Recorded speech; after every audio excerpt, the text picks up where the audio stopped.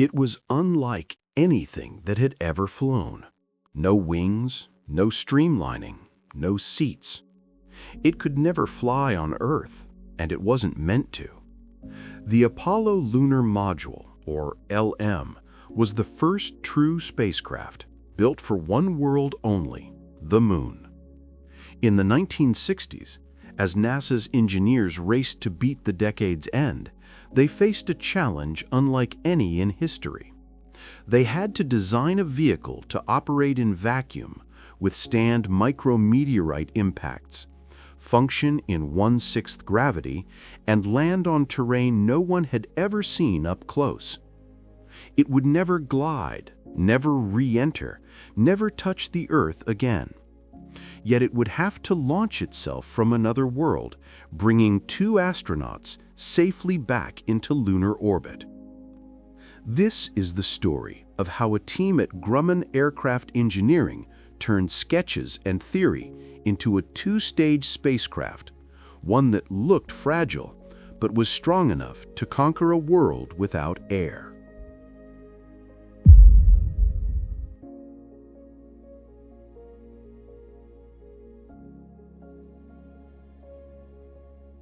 In 1962, NASA selected a flight profile called Lunar Orbit Rendezvous.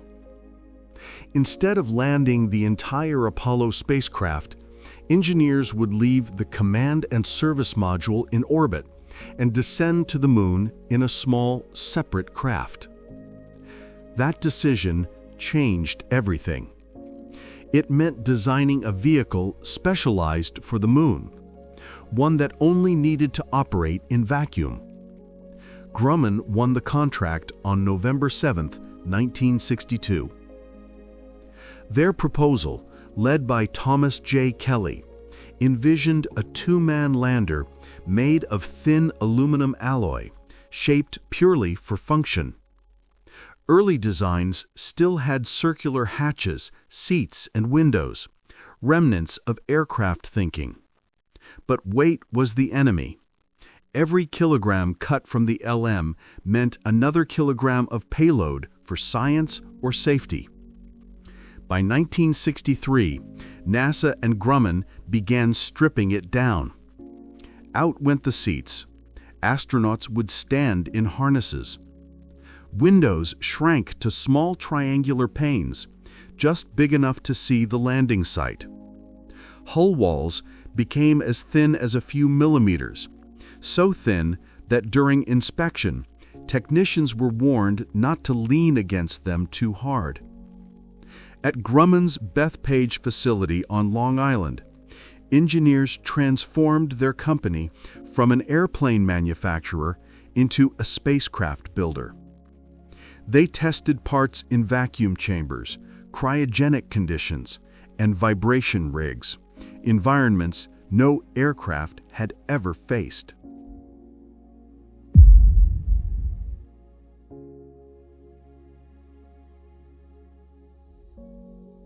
The lunar module was a machine of deliberate simplicity. 2 stages, each with one job. The descent stage, the lower half, served as landing platform and engine housing. The ascent stage, the upper half, was the pressurized crew cabin and return vehicle. Together, they stood about 7 meters, 23 feet, tall, with a landing gear span of roughly 9.4 meters, 31 feet.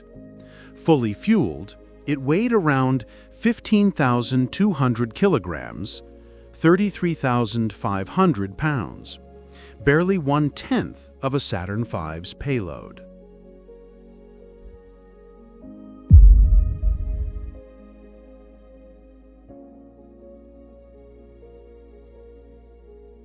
Built from aluminum honeycomb panels, it housed 4 fuel tanks and oxidizer tanks, feeding a single engine, a variable thrust descent engine, 4 landing legs, each with crushable honeycomb pads for uneven terrain, the ladder and footpad used by Armstrong and Aldrin to step onto the Moon, and for later missions, storage bays for experiments like ALSEP and the Lunar Rover. Each of the 4 quadrants carried different gear. One quadrant held the descent engine, another the batteries, another the RCS propellant, and one stored scientific equipment. It was both a stage and a platform, designed to be left behind forever.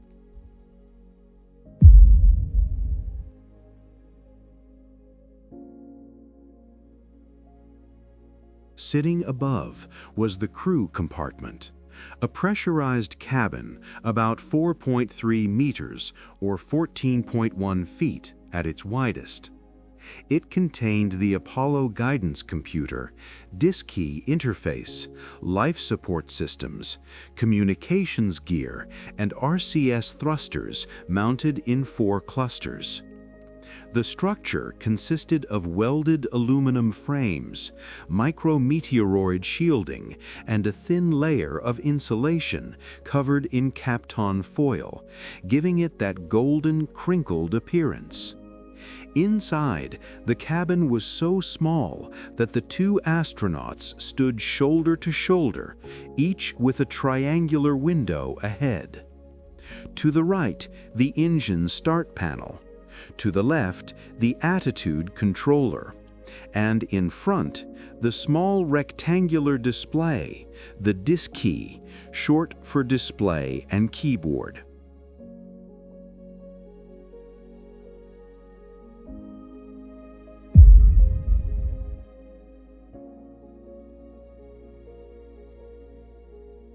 The lunar module had a suite of specialized antennas, each performing a specific job, vital in a world without air where radio was the only link home.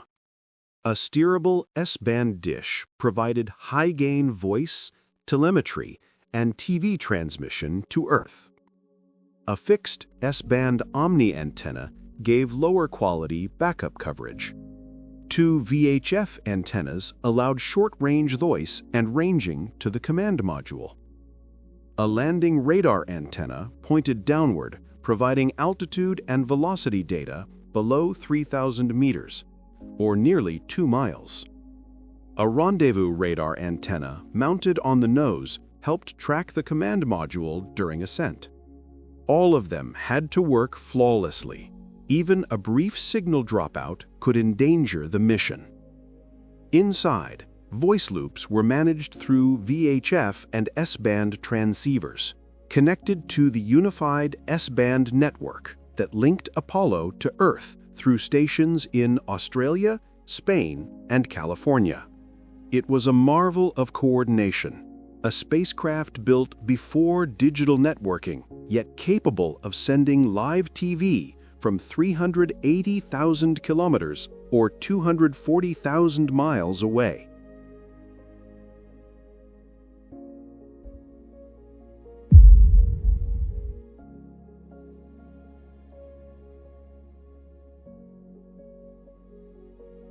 The Descent Propulsion System was one of the most ambitious engines of the Apollo era. Developed by Space Technology Laboratories, it burned Aerozine 50 fuel and nitrogen tetroxide oxidizer, hypergolic propellants that ignited on contact. What made it revolutionary was its throttle ability. Unlike the fixed-thrust F1s or J2s on Saturn V, this engine could vary from 10% to 60% of its maximum thrust, roughly 4.7 to 45 kilonewtons, 1,060 to 10,000 pounds. Engineers achieved this using a ball valve assembly that adjusted helium pressurization to the propellant lines. No such system had been flown before on a crewed spacecraft. The Ascent propulsion system, built by Bell Aerosystems, was far simpler and terrifyingly critical.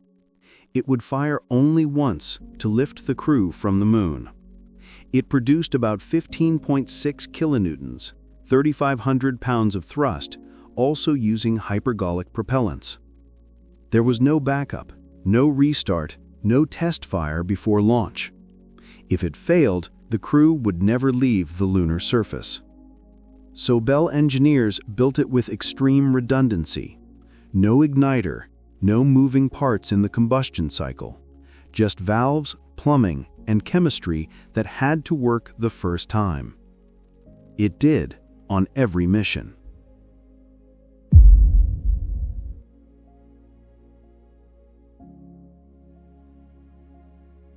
Grumman and NASA tested early LM test articles, or LTAs, across the country.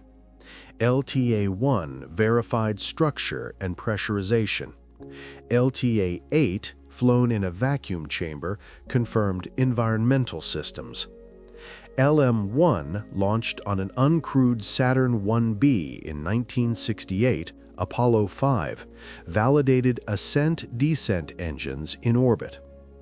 Next came crewed tests. Apollo 9, Earth orbit. Astronauts McDivitt and Schweikart performed the first LM checkout, firing engines and testing suits. Apollo 10, lunar orbit. Stafford and Cernan flew Snoopy within about 14.4 kilometers, 47,300 feet of the surface, a full dress rehearsal for landing. Each test revealed problems, radar anomalies, guidance calibration, docking issues, but by mid-1969, LM-5 Eagle stood ready for Apollo 11.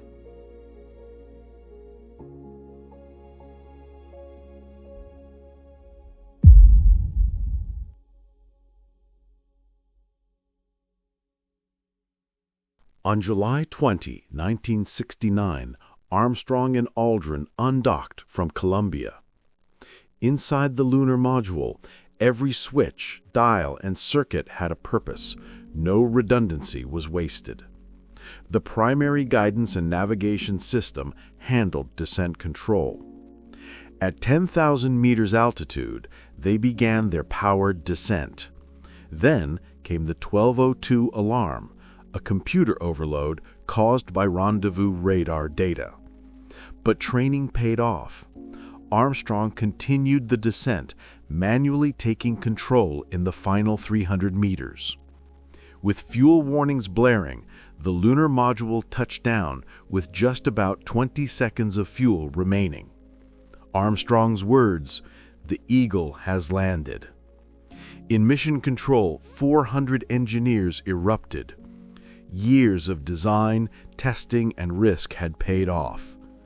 The lunar module performed beyond expectations, maintaining pressure, thermal balance, power, and comms for over 21 hours on the surface.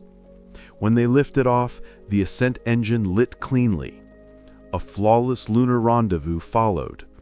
The machine that could never fly on Earth had just taken off from another world.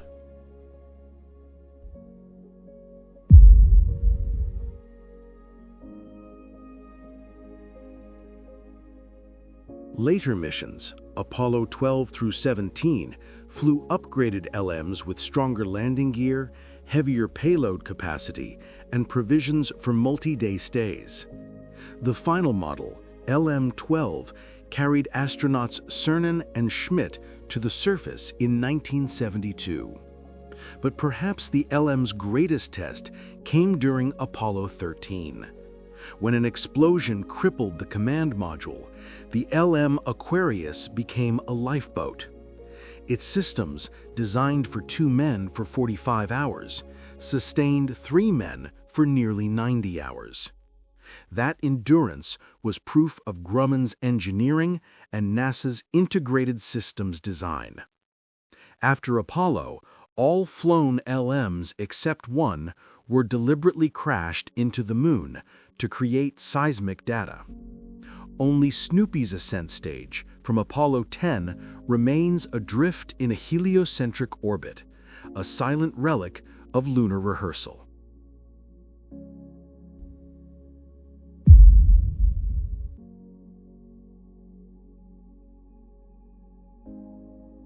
The lunar module was never graceful. It was never meant to be. It was designed with one purpose: to land humans on the Moon and bring them home. Every panel, every circuit, every antenna existed because it had to. Built in secret by thousands of engineers, welded from fragile aluminum and wrapped in foil, it was a masterpiece of purposeful design. A spaceship born not from aesthetics, but from physics. On Earth, it would collapse under its own weight. But on the Moon, it stood tall, proof that intelligence, courage, and precision can turn imagination into reality. It wasn't pretty, but it worked. And because it did, 12 humans walked on another world.